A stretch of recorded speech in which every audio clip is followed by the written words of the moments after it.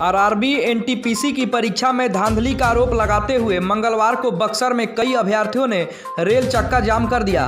Rail चक्का जाम किए जाने से बक्सर में जहां 2 ट्रेनों को रोका गया था, वहीं अलग अलग स्टेशनों पर कई ट्रेनें खड़ी हुई थी। मंगलवार की दोपहर 12:06 से शाम 4:29 तक आरा से पीडीडीयू जंक्शन तक परिचालन बाधित रहा। ट्रेन का मार्ग बदल जाने के कारण कई यात्रियों को काफ़ी परेशानी हुई। जिन्होंने ट्रेन का रिजर्वेशन कराया था, उनको इस बात की चिंता थी कि उनके टिकट रद्द होंगे अथवा नहीं। हालांकि रेल अधिकारियों ने यह आश्वस्त किया कि ट्रेन के टिकट रद्द होने पर उन्हें पैसे वापस किए जाएंगे। बाद में 4:30 बजे प्रशासनिक अधिकारियों के काफ़ी समझाने तथा रेलवे के वरीय अधिकारियों तक उनकी बात पहुंचाने का आश्वासन देने के बाद छात्रों ने रेल पटरी खाली कर दी। इसके बाद ट्रेनों का परिचालन शुरू किया गया। पहले से ही तैयार थी पुलिस टीम। छात्रों के प्रदर्शन के अधिकारियों को पूर्व सूचना मिल चुकी थी। ऐसे में रेलवे स्टेशन परिसर में व्यापक सुरक्षा व्यवस्था का इंतजाम किया गया था।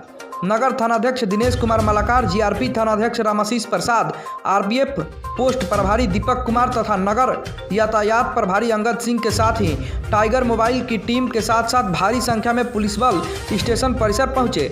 छात्र बाजार समिति रोड होते हुए अंबेडकर चौक होकर रेलवे स्टेशन पहुंचे। लगातार छात्रों को समझाने बुझाने का प्रयास किया जाता रहा, लेकिन छात्र अपनी मांगों पर अड़े रहे। उनका कहना था कि रेलवे के सक्षम अधिकारी जब तक परीक्षा में हुए धांधली के कारण उनके भविष्य के साथ हुए खिलवाड़ को देखते हुए कोई उचित निर्णय नहीं लेते, तब तक वे पटरियों से नहीं हटेंगे। वहीं छात्रों के प्रदर्शन की सूचना मिलने पर अनुमंडल पदाधिकारी धीरेन्द्र कुमार मिश्रा, अनुमंडल पुलिस पदाधिकारी गोरखराम भी मौके पर पहुंच गए। स्टेशन प्रबंधक राजन कुमार के साथ उन्होंने छात्रों को समझाने बुझाने का प्रयास किया। प्रदर्शन कर रहे अभ्यर्थियों के एक दल के द्वारा दिन में तकरीबन 2:30 बजे अनुमंडल पदाधिकारी को अपना मांग पत्र भी सौंपा गया, लेकिन इसके बाद भी छात्रों का दूसरा गुट रेल पटरियों पर जमा रहा। काफ़ी समझाने बुझाने के बाद शाम के तकरीबन 4:30 बजे बात बनी।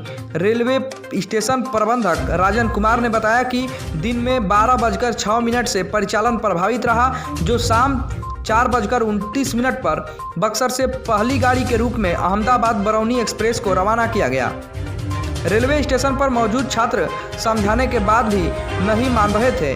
तकरीबन 2 बजे जब प्रशासन को लगा कि छात्र नहीं हटेंगे, तो अतिरिक्त सुरक्षा बल मंगाए गए। उधर औद्योगिक थानाध्यक्ष मुकेश कुमार तथा महिला थाना से भी आपसे बता रहे हैं कि 2019 में लगभग 1 लाख के ग्रुप डी की चतुर्थ वर्गीय कर्मचारी जो रेलवे में होता है ग्रुप डी, उसकी वैकेंसी निकली थी और फॉर्म अप्लाई हुआ था, जिसके नोटिफिकेशन के माध्यम से, विज्ञापन के माध्यम से एक परीक्षा और एक फिजिकल जो आपका टेस्ट था, उसके माध्यम से सारे लड़के ने फॉर्म भरे हुए थे।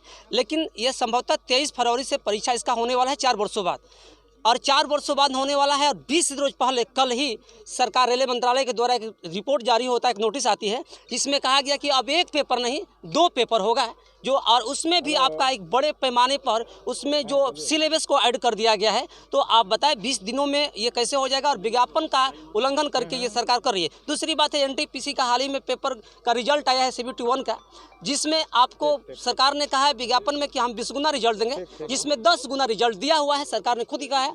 और पर स्टूडेंट का, एक कैंडिडेट का एक रिजल्ट होना चाहिए। एक कैंडिडेट का कई कैटेगरी में आपका उसमें रिजल्ट दे दिया गया है, 4, 3, 5 दिया गया है। इसी को लेकर हम लोग शांतिपूर्वक सरकार के माध्यम से और रेलवे मंत्रालय को, बोर्ड को, सचिव को एक आवेदन के माध्यम से, रेफरेंडम के माध्यम से, सर के माध्यम से सभी साथियों ने एक विरोध जताया और स्वतंत्रता अधिकार के तहत अपनी मांगों को रखा कि ये आप तानाशाही रवैया है। 4 वर्षों से आप विज्ञापन में कुछ लिखे हुए, और जब 20 दिन परीक्षा हुआ तो बोल दिए कि आप एक और परीक्षा दीजिए। हो सकता है कल आप 10 दिन के बाद एक और नोटिस निकालेंगे जिसमें बोलेंगे एक और परीक्षा होगा, तो ये तो कह सकते हैं कि तानाशाही या मनमानी हो सकता है। इसी को विरोध में हम लोगों ने आज प्रोटेस्ट किया, जो हमारा प्रोटेस्ट शांतिपूर्वक रहा। अगर मांग नहीं पूरी होगी तो 28 जनवरी को पूरे भारत बंद हो रहा है, जिसमें बक्सर भी बड़े पैमाने पर, इससे भी हजारों की संख्या में लड़के जुटेंगे, समर्थन करेंगे।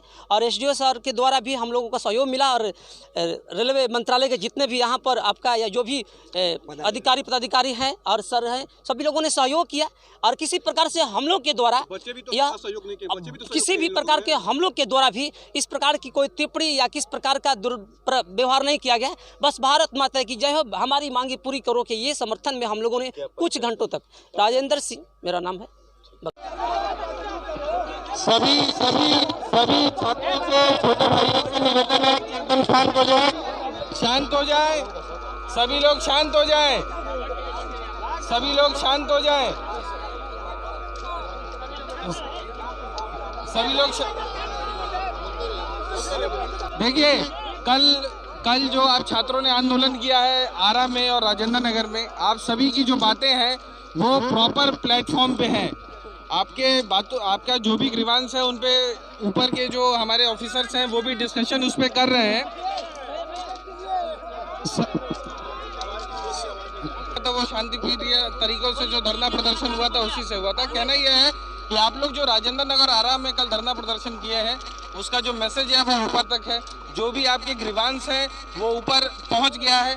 आप हम लोगों को एक लिखित मेमोरेंडम दे दें, हम भी उसको जो प्रॉपर चैनल है वो आज ही अपने सर लोगों के पास पहुंचा देंगे। दूसरा मैं आपसे बता रहा हूं कि कल विरोध प्रदर्शन